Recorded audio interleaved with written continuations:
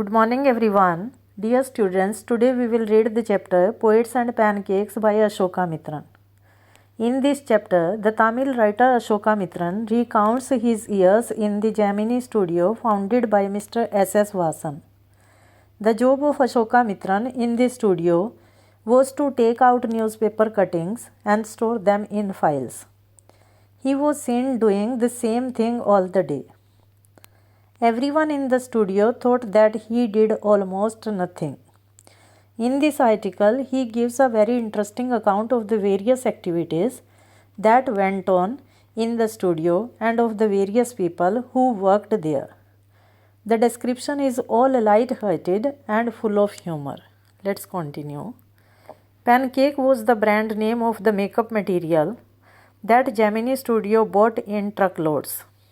Greta Garbo must have used it. Miss Gohar must have used it. Vijanti Mala must also have used it. But Rati Agnihotri may not have even heard of it.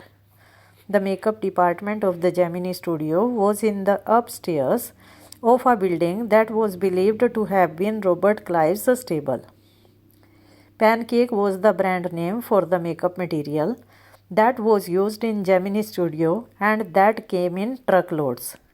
Greta Garbo, Miss Gohar, Vijanti Mala had used it means the Gemini Studio prospered in the days of 1940s and 50s. And Rati Agnihotri may not have heard of it means it was not in existence in 1960s. The makeup department of the Gemini Studio was in the upstairs of the stable of Robert Clive. Stable means where horses are kept. A dozen other buildings in the city are said to have been his residence. Robert Clive was the owner of dozens of buildings.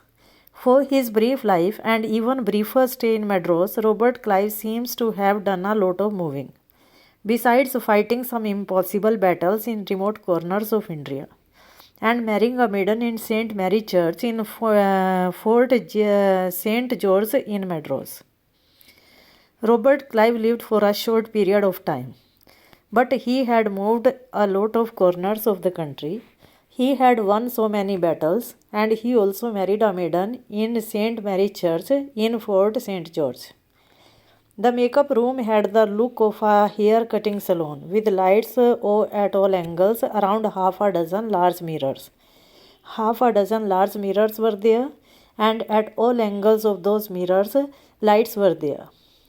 They were all incandescent lights, very bright lights were there, so you can imagine the fiery imagery of those subjected to makeup. That was why whosoever sat there for makeup, the lights troubled him. The makeup department was first headed by a Bengali who became so big for a studio and left. He was succeeded by a Maharashtrian who was assisted by a Dharwad Kannad. First of all, the owner of Gemini Studio was a Bengali. After that, a Maharashtrian came. After that, a Dharwad Kannad became the head of that studio. After that, Andhra, a Madras Indian Christian, and Anglo-Burmese, and the usual local Tamils. All these shows that there was a great deal of national integration long before All India Radio and Doordarshan began broadcasting program on national integration. Yeah, we can know from this that national integration was already there in India before it was telecast on Doordarshan and All India Radio. The gang of national integrated makeup men could turn any decent looking person into a hideous Christian-hued monster with the help of truckloads of pancake and a number of other locally made potions and lotions. Gang means people who worked there. The people who worked in the studio, they changed any good looking person into a hideous means terrible, crimson means dark red color, with the help of truckloads of pancakes and of various lotions. Those were the days of mainly indoor shooting, and only 5% of the film was shot outside. In 1950s, only indoor shooting was there. Only 5% shooting was done outside.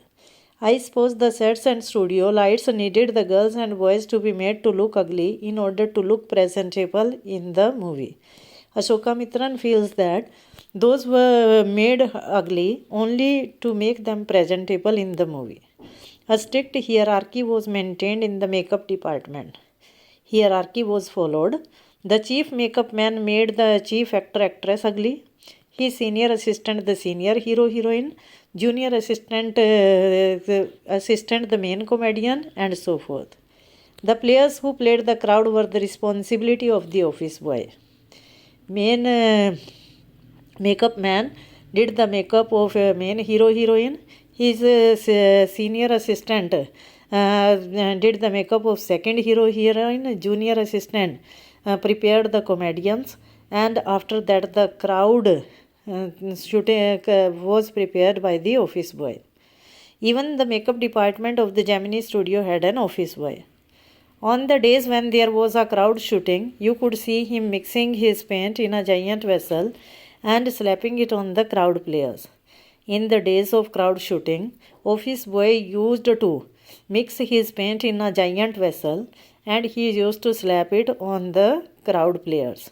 The idea was to close every pore on the surface of the face in the process of applying makeup. He wanted that even a single pore should not be left. He wasn't exactly a boy, he was in his early 40s. Though the office boy was not a boy, he was in 40s, having entered the studio years ago in the hope of becoming a star actor or a top screenwriter, director or lyric writer. He was a bit of a poet. He had entered the studio so many years ago and he had come with the hope that he would become a top screenwriter, or he would become a star actor, he would become a director or lyric writer. He was a poet also. In those days, I worked in cubicle, 2 whole sides of which were French windows. Ashoka Mitran in those days used to work in a small room, on the both sides of which had French windows. I don't know at that time that they were called French windows. Seeing me sitting at my desk tearing me newspapers day in and day out, most people thought I was doing next to nothing. Day in and day out means all the time. All the time, the narrator was busy in tearing off the cuttings of newspaper and pasting them in the files, and people thought that he was doing nothing. It is likely that the boss thought likewise so. The boss also thought that Ashoka Mitran did nothing. So anyone who felt I should be given some occupation would barge into my cubicle and deliver an extended lecture. So Ashoka Mitran says that whosoever thought that he had no work, he would come into his room, barge means enter, cubicle means small room, and would deliver an extended lecture to him. Extended means large. The boy in the makeup department had decided I should be enlightened on how great literary talent was being allowed to go waste in a department fit only for barbers and perverts. Perverts means bad people. The office boy used to come to the author to remind him that in that studio his talent was going waste, which was fit only for barbers and evil people. Soon I was praying for crowd shooting all the time.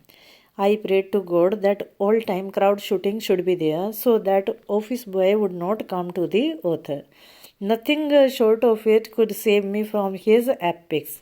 Epics means long lectures. Otherwise, he was not able to go from there and he used to deliver his long lectures. In all instances of frustration, you will always find the anger directed towards a single person, openly or covertly, and this man of the makeup department was convinced that all his woes, ignominy, and neglect were due to Kothamangalam Subbu. Subbu was number 2 at Gemini studio because the office boy was frustrated, and all his anger was directed only to a single person, whether it was openly or it was secretly. Covertly means secretly. And that man of the department was convinced that all his troubles, ignominy means insult, and neglect were only due to Kothamangalam Subbu. Subbu was number 2 at Gemini studio. He couldn't have had a more encouraging opening in film than our grown-up makeup boy had. Though office boy had great opening in the studio, and Subbu had come only with the petty knowledge, on the contrary, he must have had to face more uncertain, difficult times For when he began his career, there were no firmly established film producing companies or studios. It was also possible that Subbu could have faced much difficulty because those days film producing companies were not established. Even in the matter of education, especially formal education, Subbu couldn't have had an appreciable lead over our boy. Office boy was much educated than Subbu, but by virtue of being born a Brahman, a virtue indeed, he must have had exposure to more affluent situations. But because he was a Brahman by caste, so he had exposure to more rich situations. He had the ability to look cheerful all the times. Subbu was also cheerful all the time, even after having had a flop film. Even if his film was flop, then also he was cheerful. He always had work for somebody. He could never do things on his own. He used to take work from other people. But his sense of loyalty made him identify himself with his principal completely and turn his entire creativity to his principal's advantage. But he was loyal to the boss. All his talent was used for the pleasure of the boss. He was tailor made for films. He was perfect in film making. Here was a man who could be inspired when commanded. Another quality of Subbu was whenever he was commanded, he would be present. The rat fights the tigress underwater and kills her but takes pity on the cubs and tends them lovingly. The boss presents a scene before Subbu that the rat fights the tigress but it kills her and takes pity on the cubs and tends them lovingly. I don't know how to do the scene, the producer would say. And Subbu would come out with 4 ways of rat pouring affection on its victims of suffering. Subbu would come at the same time with 4 solutions for the problem. Good, but I am not sure it's effective enough, the producer would say, and in a minute, Subbu would come out with 14 more alternatives. When the producer was not satisfied, Subbu would produce 14 more alternatives. Film making must have been and was so easy with a man like Subbu around. And if ever there was a man who gave direction and definition to Gemini Studio during the golden years, it was Subbu. And due to Subbu only, Gemini Studio was at its golden period. Subbu had a separate identity as a poet. Though he was certainly capable of more complex and higher forms, he deliberately chose to address the poetry to the masses. Though Subbu was able to produce poetry of high level, but for the general masses only, he chose to address. His success in film overshadowed and dwarfed his literary achievement. Though he had literary achievement also, but his success in films was wonderful. Also, his critics felt. He composed several truly original story poems in folk refrain. Folk refrain means local tune and diction, and also wrote a sprawling novel. Sprawling means very long. Thilana Mohammedan with dozens of very deftly acted characters. The characters were very talented. He quietly succeeded recreating the moods and manners of Devdasis of the early 20th century. He was able to produce Devdasis and characters of 20th century. His manner, he was an amazing actor. He never aspired to the lead role, but whatever subsidiary role he played in any of the films, he performed better than the supposed main player. Though he was a perfect actor, but even then he always chose to take the secondary role. But he performed better than the main hero. He had a genuine love for anyone he came across, and his house was a permanent residence of dozens of people for relations and acquaintance. He had genuine love for anyone, and Subbu's house was a residence of dozens of relatives and acquaintances. It seemed against his nature to be even conscious that he was feeding so many people. He even doesn't mind that so many people were there at his house who came there to enjoy food. We'll continue.